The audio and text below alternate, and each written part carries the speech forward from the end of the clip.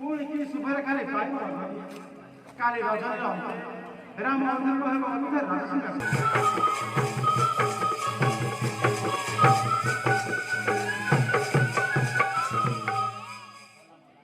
मोला मोला ये तो पूरा खुशी रे पागल कौन कहबी को କଣ ହଉଛି ମନ୍ଥରା ଏପରି ବିରସମତ କାହିଁକି କଥା କଣ ଆଜି ପରା ଶୁଭ ଦିନରେ ମନ ତୋର ବିରସମତ କାହିଁକି କଣ କାହାର କିଛି ମନ୍ତ୍ରା ପାଇଛୁ ବୋଧେ ମତେ ଲକ୍ଷଣ କିଛି हाँ गो महादेव मो मरु थाई तोहरी पाई मो पाई तो हूँ तो कांद नहीं मंथरा कौन किसी बुद्धि नहीं रे कि ताको बुद्धि शिखेबो ତେବେ କଣ ହଉଛି ଖୋଲି ଖୋଲି କିପରି ବୁଝିବି तुमरो टिके हेले भी बुद्धि नहीं तुम तो बुद्धि रो गोटा बुद्धि सागर ଚୁପ୍ କର ମନ୍ଥରା ଦାସୀ ତୁ ତୋର କର୍ତ୍ତବ୍ୟ କର ଏସବୁରେ ମୁଣ୍ଡ ଖେଳିବା ଦରକାର ନାହିଁ ଆଉ ଯଦି କେବେ ଏପରି ଘର ଭଙ୍ଗା ନୀତି ଶିକାର କରିବାକୁ ଆସୁ ତୋତେ ତେବେ ଉଚିତ ଶାସ୍ତି ଦିଆଯିବ କ୍ଷମା କରାଗଲା ସେ ତ ପରି ହୀନମଣା ନୁହନ୍ତି କଥାରେ ଅଛି ପରା କଳା କ୍ଷୀର ଓ ପଙ୍କ ଦାସୀ ଏମାନେ କାହାର ସୌଭାଗ୍ୟ ଦେଖିପାରନ୍ତି ନାହିଁ କ୍ଷୀରରେ ଧୋଇଲେ ଖଣ୍ଡରେ ରହିଲେ ନିମକି ମଧୁର ହବ ଆ ଯେତେ ପ୍ରକାର ବୁଝାଇ କହିଲେ ତୋର କି ଆପଣ ମୁଁ ପଢା ନଇକୁ ନିଜର ମନେ କରି ତାଙ୍କର ସିନା ପାଇଁ ମରି ଯାଉଛି ହେଲେ ମୋ କଥା କଣ ସେ ବୁଝୁଛନ୍ତି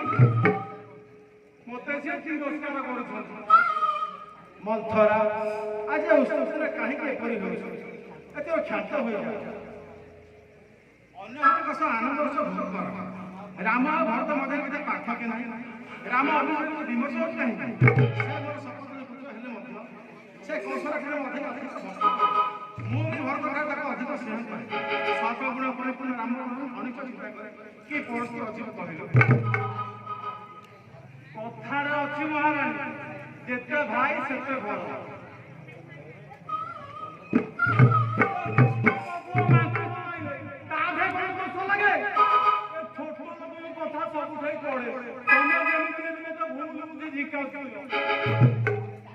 ଆମେ ଚାକର ବାକର ଲୋକ ଆମ କଥା କିଏ ଶୁଣୁଛୁ ଏତେ କଥା କିଏ କହିବ ତମ କଥାରେ ଆମେ କାହିଁକି ସବୁ ନେଇ ବୋଲି ଯିବା ପୂର୍ବରୁ ସବୁ କଥା ବୋଧେ କହିବି ଆଉ କଣ ତୁମର ଅକ୍ଷୟ ସୌଭାଗ୍ୟ ନଷ୍ଟ ହୋଇଯିବ ଦେଖି ମନରେ ଦୁଃଖ ମନରେ ମାରି ରଖିବ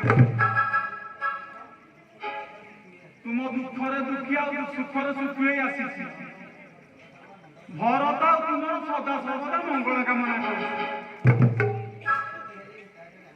ହେଲେ ତୁମର ଟିକି ହେଲେ ହିତାହିତ ଜ୍ଞାନ